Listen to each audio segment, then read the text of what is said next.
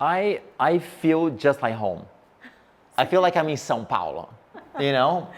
Mumbai and São Paulo is just the same thing.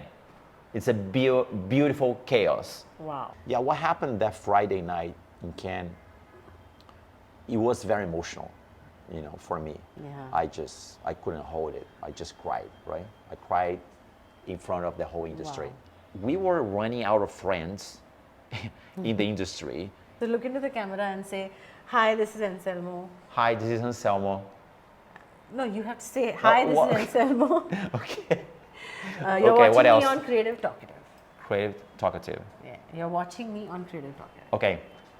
Hi, this is Anselmo from God, and you're watching me at Creative Talkative. Yeah. How was that? That was really That was good, right?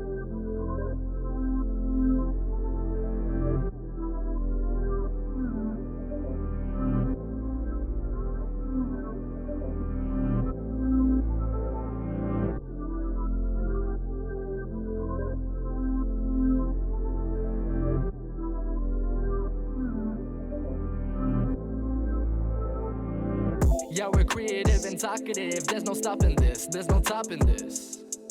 Time to explain what's in our veins, what's in our minds. Take a peek into these lives. Yeah, we're creative and talkative. There's no stopping this, there's no topping this. Time to explain what's in our veins, what's in our minds.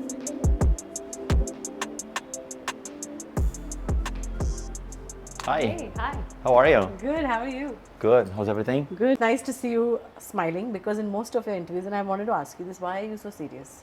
I'm a very serious person. Are you seriously I'm so saying that? serious. Yeah. I never smile. But why? I don't know. I take this very seriously, I love advertising. I know that you went to a Waldorf-Steiner school I did. and your mom is a piano teacher.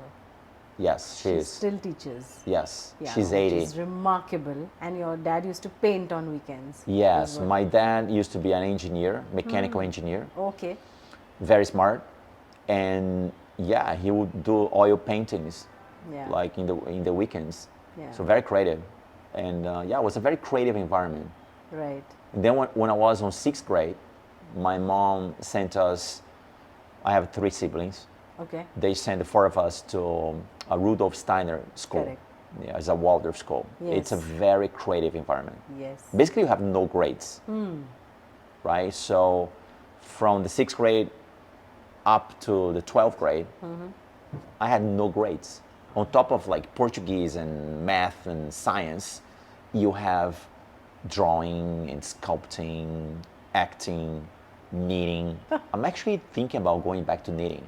Really? Yeah, Be nice. because you can actually watch a movie and knit at the same time. So you should change your designation from Chief Cocktail Officer to Chief Knitting Officer. Yeah, I mean, And it's CKO. People are just gonna. That's gonna be like What a is a conversation CKO? starter. He knits very well. Yeah, see? Yeah. So what if he doesn't play golf? He knits. How did you decide that advertising is what you want to do? I don't know why I've always loved the US, you know? Like, there was a moment, my mom became very radical with the Waldorf, mindset. She got so radical that she removed television from our lives. Oh, Yeah. So since I was like a teen, like a kid and teenager, I would draw American flags, wow. for no reason. I just loved the country and Hollywood and TV shows and brands. I just loved that. Yeah, yeah. So I think advertising was a combination of, my artsy background from a German school and my passion for American TV shows and just Hollywood in general. Also, what happened when my mom removed TV from my life, I had no option. That was before the internet. I started to read. books. Yes, I Yes. started to read like Of course. crazy, Of course. non-stop. I just kept reading. Reading. That's why I became a writer, I think. Wow. And then when I started to write for TV commercials, for TV, it was kind of a revenge for my mom because she removed the TV. No, she removed TV from my life. Okay, mom, now I'm writing for TV.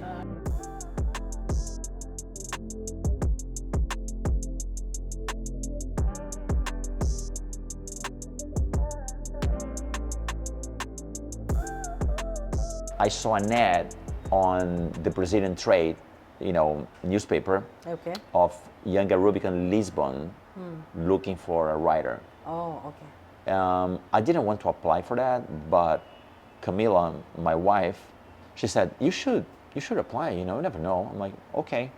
So I applied and I got selected. So when I was 25, I moved to Lisbon. Okay. And that was my first experience working abroad in a foreign language. Yes. Because Portuguese from Portugal, Yes, it's it's very, very different different. than Portuguese Right. from Brazil. So it's almost like, working in a foreign language. But that was a great experience, Okay. amazing. And that's when I won my first Lion. Wow. I was 25. Yeah. Wow. And At that's when I 25. taste the blood. And then it's there like was no going there's back. no way back, yeah. As a copywriter, when you are not very familiar with the language, and then you have to write. I think it's a great exercise for any writer to try to write in a foreign language because it makes you better. You don't know everything about the language. You don't control the language. You don't control the grammar, right? Yeah. So what I did in Spain, I was surrounded by, Spanish people at the agency helping me, right? So I would just show around, hey, what do you think about this? Is it like well written? Make me, can you help me to make it better? But I think it forces you to think about an idea that travels, that works anywhere, right? It doesn't rely on puns and play of words. It makes you better as a writer. It makes you more conceptual, more, sharper. When you went to Ogilvy, how from number 47 you brought it to number Yeah. 1. Wow, That you must- know the number. That must have been like, felt like, I can't even imagine what it must have felt like. It was 5 years, from number 47 to number 1. Yeah, it was tough. It wasn't easy. Of course it wasn't. Yeah. Yeah. But like David Ogilvy was such a great person that all we had to do was to just remind people of every great thing that he said. And then we worked our asses off. We found the right people that had like a spark in their eyes, that were hungry to Yeah. prove themselves. Correct. And then, we had the right clients. Little by little, we found the right clients. And then it happened. We started David, and it was a very simple idea, a very simple pitch, which is like, hey, let's start an agency after David Ogilvy's first name. It's going to be more personal. It's like when you tell someone, call me by the first name. Yeah. And it was amazing. It was great, right? 5 years, I had a lot of fun because I learned how to open an agency on their dime. So it was a great training ground to open an agency. There's an interesting story of this place, Martinez Table 57. Yes, that's the table. Yes, the Martinez table 57. I'm impressed. She knows the number of the table. That's the table where we started God. Yes, it was in Yeah. Cannes. And it was very fast. Wow. We were like, you know what? We should just go and start. I think our name, it's great for so many reasons. The first thing is it comes with a philosophy, right? So the name says it all. The name is also a filter, Yes. for bad clients. Because if you are not a good You're client, right. if you Correct. don't want to do great work, you are not going to call an agency named Gut. So when people ask me, hey, Anselmo, how do I start an agency? I tell them, work your ass off for 30 years non-stop, then start an agency. Yeah. Because it's all about reputation and relationships. But we had a lot of conviction, right? We are God, we are a brave agency for brave clients, we're gonna do gutsy work. So we knew that it would work somehow, right? But I could never imagine everything that happened Yeah. this year, and it was insane. Yeah. This right? has been like a historical, magical year for you. Historical, unprecedented. Yeah. It's going to be very hard. We won Agency of the Year in Cannes, Independent Agency of the Year, and Independent Network of the Year. What happened that Friday night in Cannes, it was very emotional, for me. It was my best year ever, in my career. And that Friday night, when I was holding the Independent Network of the Year, trophy, Yeah. I couldn't hold it. I just cried, right? I cried in front of the whole industry. Wow. Okay.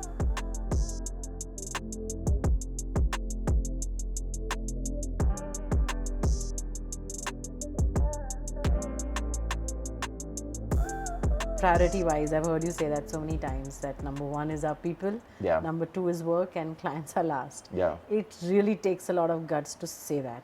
Yes, and we You know? say that to our clients. Yes. But the best clients understand Correct. exactly what we are saying. Because as an agency, in any agency, those are your three options. Right. You can prioritize either people or work or clients, right? Yeah. When you prioritize work, it's good, it's not bad, but eventually people will suffer. If you prioritize clients, and if you do just what the client wants, eventually that will go against you because the work work's not going to be suffers. good, and then eventually they're going to blame you. Yes. So the right thing to do, in our opinion, is to prioritize people, and it's super hard. It's not easy. You also say that bravery is an everyday journey, it's a scale. Yes. At the beginning, when we started GUT, we were very radical. At that point, we'd say, we are a brave agency for brave clients. If you're not brave, we don't want to work, with you. Correct. And I think it was a necessary thing at the beginning. And it helped us to grow very fast and to attract brave clients. But then it got to a point, I think after 3 years or 4 years, that we were running out of friends in the industry. And it got to a point that a lot of clients would look at us and say, well, they're not for me. And one assumption was that bravery is binary. You are either brave or you are not brave, right? And no, it's not correct. Bravery is a journey. It's a daily Yes. conscious choice. Yes. You wake up every day and you choose to be brave because it's not Correct. easy, right? And then we created the bravery scale. And the bravery scale is a tool that goes from 0 to 10. 0 is completely dominated by fear. 10 is there is no other way to live. Yeah. And 5 is sometimes brave, sometimes fearful. Right. And when we talk to clients for the first time, we ask them, where do you think you are on the bravery scale? And we ask two things. First, where do you think you are from a personal perspective as a marketer, in your career? And the second question is, where do you think you are, like when you think about your company, the organization, right? And sometimes the answer is different, Different. Correct. right? Usually, we've been doing this like for many, many times. Usually, the personal scale is around 8, and the company is lower. Lower. Is like 4, Correct. and we are calling that the bravery gap.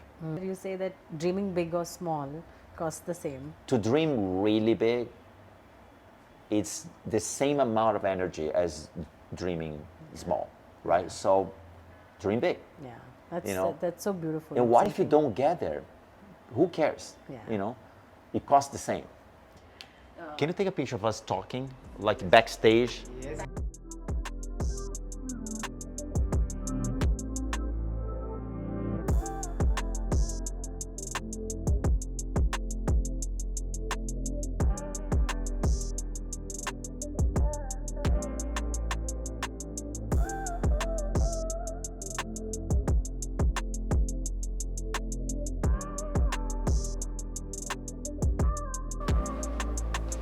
So how's your trip been so far? It's amazing. Mumbai? What is the one thing that really struck you about Bombay? The first thing when you landed it? I feel just like home. I feel like I'm in São Paulo. Mumbai and São Paulo is just the same thing. It's a beautiful chaos. Wow. So I you feel at tried- home. You tried any of the local food here? Not Yes. yet. Oh, you did. A lot. I've been eating a lot. It's The very city, different. it's very similar. The food is different.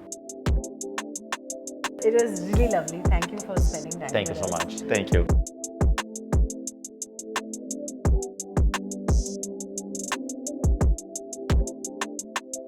Let us tell you what we wanna say. Not about just getting paid or achieving fame. It's about the everyday blood, sweat and tears, dreams and fears, everything you gotta hear. Listen, from the first steps to the final leap, making headlines in history. How they did it, it's no mystery. Take a seat, honestly. Yeah, we're creative and talkative. There's no stopping this, there's no topping this. Time for honesty with some novelty. Sit down with KT, you just hit the lottery.